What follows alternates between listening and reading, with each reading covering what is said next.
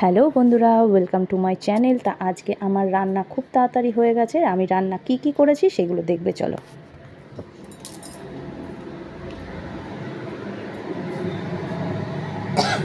প্রথমেই দেখাই, এটা পটল আলু দিয়ে চিংড়ি মাছ দিয়ে করেছি দরমা, চুনো মাছের ঝাল।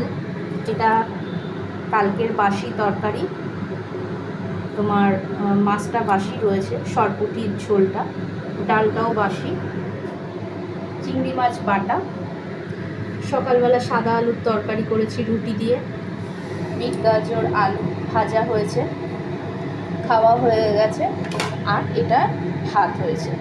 তা আজকে এই রান্না হয়েছে, দেখো।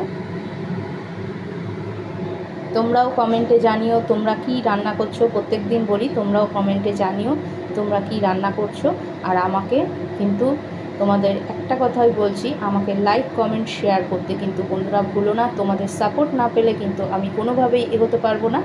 আমাকে অনেক অনেক লাইক করো।